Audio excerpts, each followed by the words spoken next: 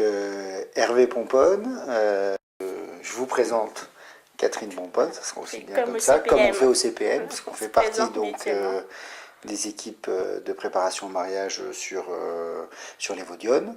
Voilà, donc traditionnellement on se présente, donc Catherine, elle est assistante en pharmacie, elle a 3 enfants, Caroline 21 ans, Mathieu 19 et Julien 16 ans. Elle a plein de qualités. Voilà, donc Hervé Pomponne, qui est aussi le papa de 3 enfants, puisque les ensemble. Voilà, ça fait combien de temps qu'on est mariés? Ça fait 24 ans cette année. 24 ans qu'on est mariés.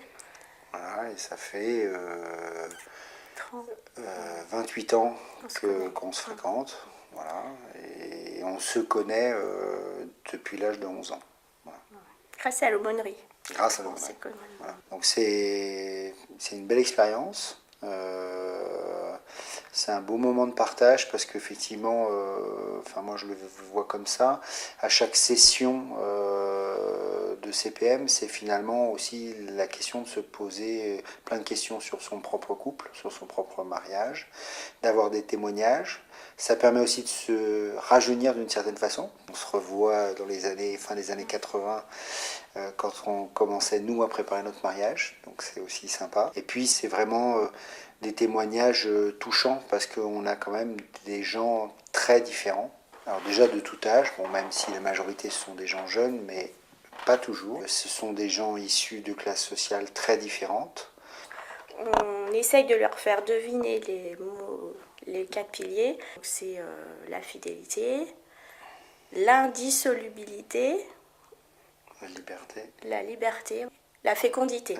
C'est là aussi qu'on peut évoquer la question de l'adultère. La fidélité, c'est vraiment quelque chose qui ne peut pas être rompu, faute de dissolution du couple. Et puis, chez d'autres où... Mais alors ça, c'est rigolo parce qu'en fait, ça a été évoqué, la possibilité de l'adultère, que du côté des hommes. Nous, chez les femmes, on n'a jamais eu de femmes qui éventuellement se disaient que ça pouvait arriver. Ça n'a jamais été évoqué. Alors, il y a tellement de tentations, mais aussi tellement de choses qui font que c'est devenu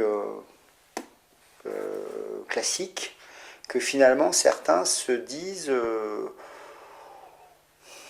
c'est pas grave, c'est qu'un coup de canif dans le contrat. Alors ce qui est intéressant aussi dans ces conversations, c'est des fois de pouvoir évoquer la question du pardon. On a l'impression que le pardon est plus possible.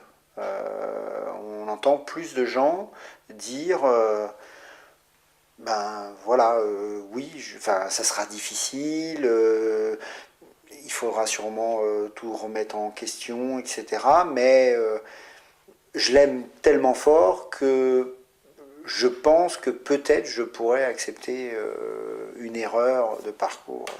Pour moi, clairement, on dit suffisamment aux jeunes fiancés que le mariage, entre guillemets, c'est un mariage à 3, entre le couple et Dieu. L'adultère, c'est forcément, a priori, c'est casser ce lien, cet anneau qui existe, quoi.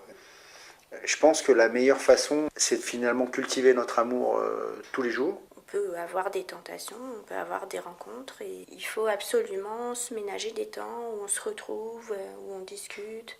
Pour qu'il n'y ait pas cet adultère, etc., il ne suffit pas de se trouver des moments seul à seul et entre guillemets pouvoir faire l'amour, mais c'est aussi, justement cultiver cet amour sentimental du cœur qui fait que forcément on va se trouver bien ensemble et on n'aura pas envie de trahir l'autre de l'autre côté parce qu'on aura tous les jours cultivé, renforcé cet amour qui sera de plus en plus fort. C'est aussi, par la prière, par aussi ces éléments-là qui peuvent nous aider à se dire, s'aimer tous les jours un peu plus. Partager, tous les jours se dire que l'amour de l'autre n'est pas gagné, tous les jours. Dire juste que la vie en couple, c'est bien. Je suis d'accord.